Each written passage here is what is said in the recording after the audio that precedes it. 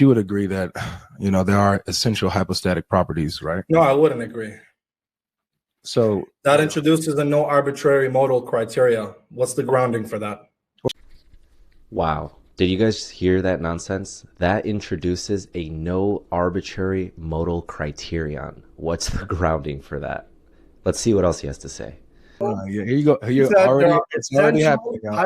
Look, he's panicking already, guys. It's already happening. You said there are essential hypostatic properties. Yeah. And you said, would I agree? I say no. Why? Yes, let me respond to that.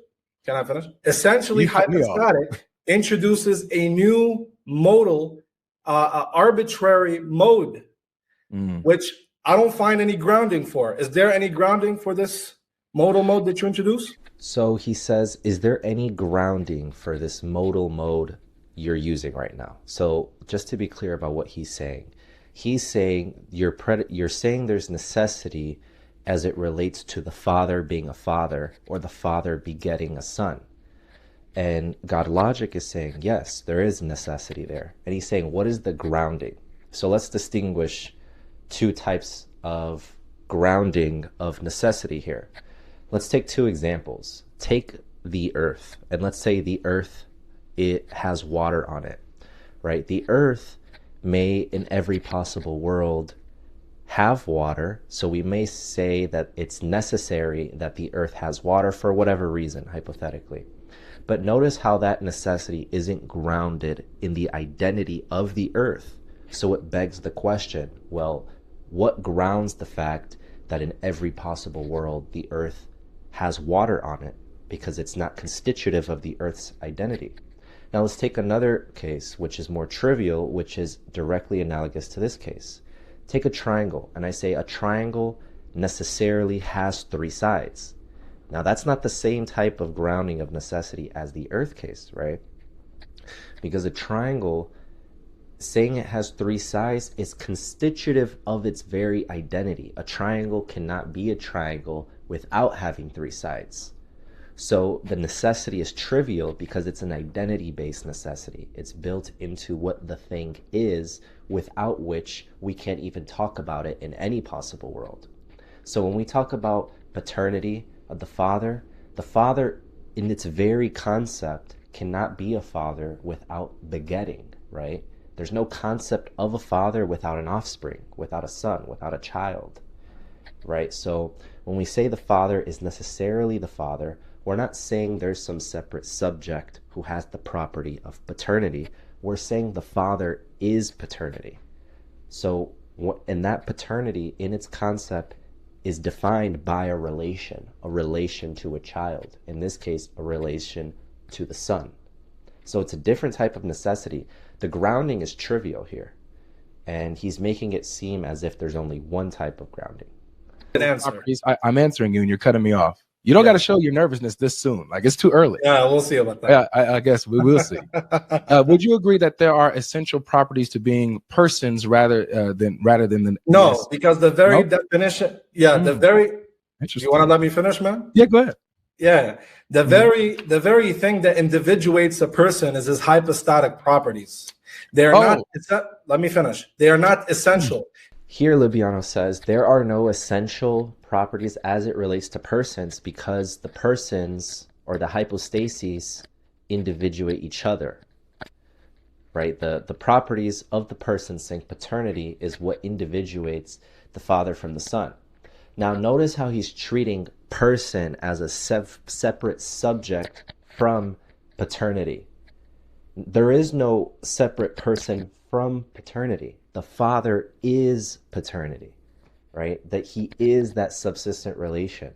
So you can't separate the paternity, act like it's a property that the Father could be without, right? Because the very constitution of the Father's identity is paternity. In that concept, in his identity, is a relation, meaning the necessity that's in the identity relation is one in which it is also of the Son or whatever its offspring is, because it's a relational type of predicate. When we say loves or gives, right? Or we say father of, or father, in the concept of father, it implies relationality, right? That doesn't eliminate the fact that it's essential or necessary just because what distinguishes the father from the son is his very identity as being father. That doesn't mean that it's not necessary. You need a separate argument for that, of which no modern philosopher would agree with. Remember, guys, we'll see if you answer the question. He said there are category 1, hypostatic properties that individuates each hypostasis. Number 2, there are essential properties that are common and related to every hypostasis. Remember, these are the 2 categories. In the beginning, he introduced a third arbitrary mode that is hypostatically necessary. So not hypostatic, not necessary, but hypostatically necessary. Okay, so here his sophistry is in full effect, and he's clearly equivocating. So he says, for one, God logic agreed there are hypostatic properties which individuate each hypostasis. True. He says, number 2, there are essential properties, that which each hypostasis has, right? And he's talking about the properties of the divine essence. So he's using the term essential just to mean that which is of the divine essence. But notice how he used the term essential earlier. He said it's a modal term. He said it introduces a new modal, arbitrary modal grounding, no grounding for this modal status, this modal mode, which means he's using the term necessity in the way it's used in modal logic, which doesn't mean that of the essence. Necessity, as a modal operator, says something cannot fail to exist, right? It's talking about possible world semantics. So he's equivocating. He's treating essential in one sense. When we say the essential properties, he's saying the properties of the divine essence. But then he's saying, well, if the essential properties are that of the divine essence, then the non-essential properties are contingent, that which is the hypostasis. That's what he's trying to argue. But notice how, again, he's equivocating.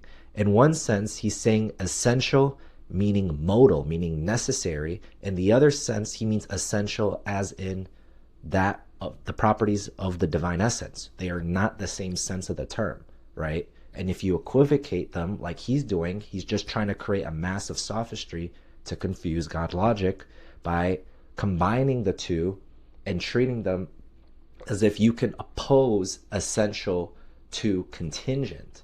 But if he stipulated that in this sense of the term, essential just means that of the divine essence, there can then be non-essential necessary properties, if that's how he's using the term. Because non-essential just means hypostatic. It doesn't tell you the modal status, right? It doesn't tell you the modal status of those properties. But that's where his equivocation is going on. And it sounds ridiculous to say that in the second sense, because that's how he's using the term, right? If we just say that there are properties of the essence, those are necessary. There are properties of the hypostases, those are necessary. The entire confusion goes away. But here it is again. There's a difference between hypostatic properties that are essential to hypostases or persons, because these are relational properties. These will make them distinct from one another. There are also properties that are essential to the essence. Nice. Those are 2 different properties, categories of properties we're talking 2 categories, about. Right? Now, God logic here, very proud of him, clearly states something correct here. He says, now there are properties that are essential to the hypostases, and there are properties that are essential to the essence, right? In other words, there are properties of the essence which are necessary. There are properties of the hypostases which are also necessary, right? Let's see what Libiano has to say. There are 2 categories. Don't cut me off. There are 2 categories. There are essential properties that are common to each hypostasis. I've already mentioned this. And there are hypostatic properties that individuate each hypostasis. Okay? These are 2 distinct categories. Notice how he kicks up the sophistry. Again, he says there are essential properties that are common to the hypostases. Well, what are those properties that are common to the hypostases that he's talking about? He's talking about omniscience, omnibenevolence, and whatnot, the omni properties. Those are of the divine essence, right? When we say the persons are identical to divine essence, in order to be identical to them, they have to have those properties, that which is of their divinity, the divine essence. So he's saying essential properties are that of the divine essence, and then he's saying the hypostatic properties individuate each person. That's true, but that doesn't mean that they're not essential or necessary. He is just, again, equivocating. What's the distinction? The distinction is the essential common property is necessary to constitute the ontology or the identity of each hypostasis. It is necessary for the thing to have its quiddity. Okay? That's for the essential category. For the hypostatic category, these hypostatic properties individuate and distinguish between the individuations, between the hypostases. Okay? These are two categories. But remember, hypostatic properties are not necessary in every possible world.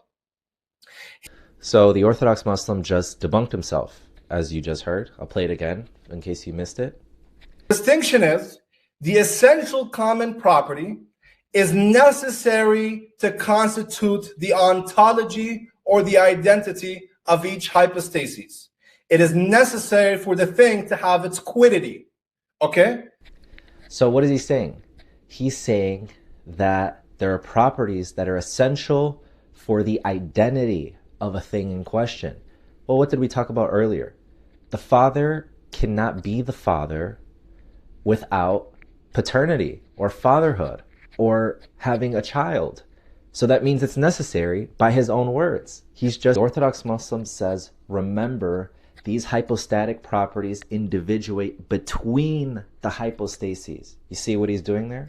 He's treating the properties of the hypostases, like begotten, as something applied to the subject.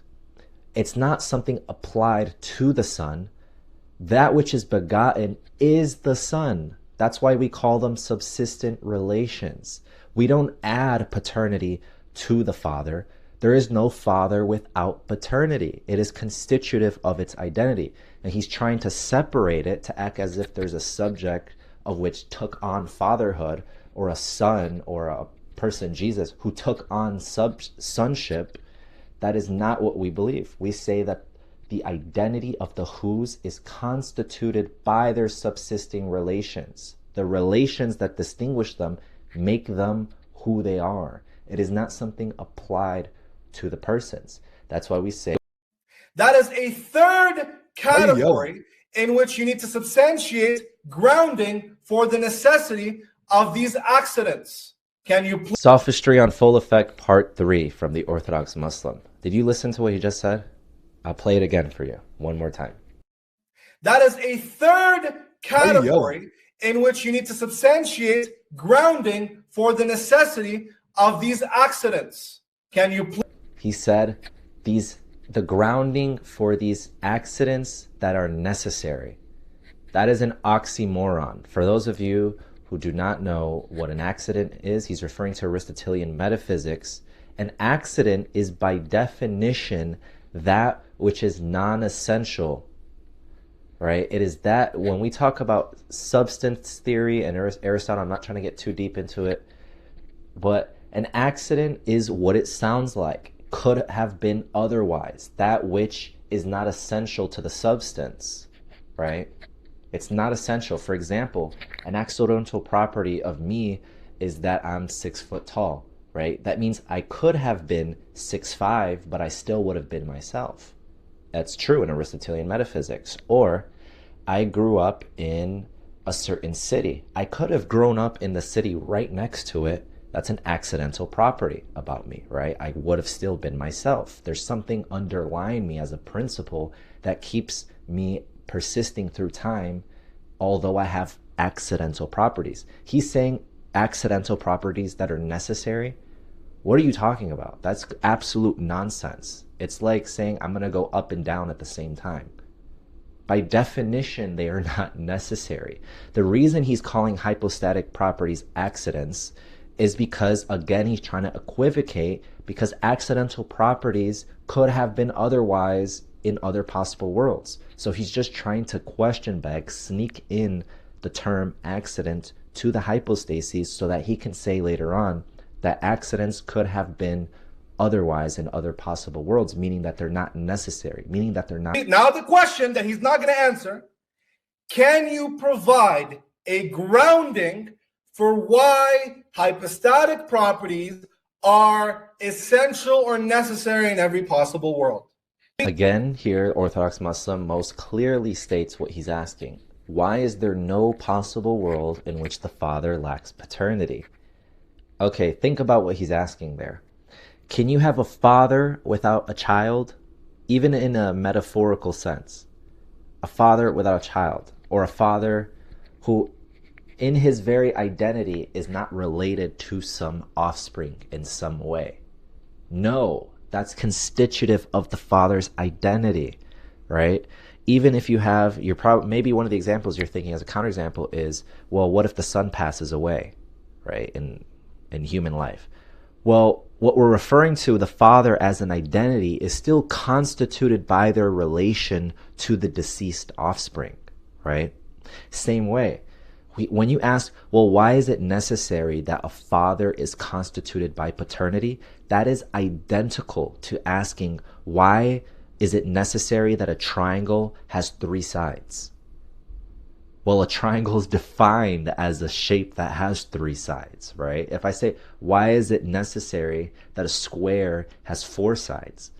Well, it's necessary because that's how it's defined, right? If you define, it's an identity-based necessity. It's a trivial kind of necessity. So, and not necessarily hypostatically anything, because the very definition of a hypostatic property is a property that could be otherwise. It gets even worse. He says the very definition of a hypostatic property is a property that could be otherwise. Now, this is wrong on so many levels. Let's go towards the most obvious one. Properties that could be otherwise, we could say height, right? Height is not a hypostatic property, right? It's not that which makes a person a person. So let's take something that's not even applicable to people or humans, right? Let's say a doorknob. God created a doorknob. It could have been otherwise, but that's not a hypostatic property, right? Doorknobs being, let's say a doorknob being green or whatever. It could have been red. That's not a hypostatic property, but he just said that the very definition of a hypostatic property is something that could have been otherwise. He's saying the very definition of hypostasis or a hypostatic property is contingent. He's saying everything that is contingent is a hypostatic property. What? What is this guy talking about? But not to mention that he's saying the hypostasis built into the very notion of a hypostasis, clearly he's intending to say this, is that it could have been otherwise. Where is he getting that from? Where is he getting that from? If he's saying that, he's saying there are no identity-based necessities. Is that what he's saying? So he's saying that, for example, there's a possible world in which a triangle is 4 sides. What does that even mean? Like, this is the type of sophistry and nonsense you have to say in order to be a Muslim apologist.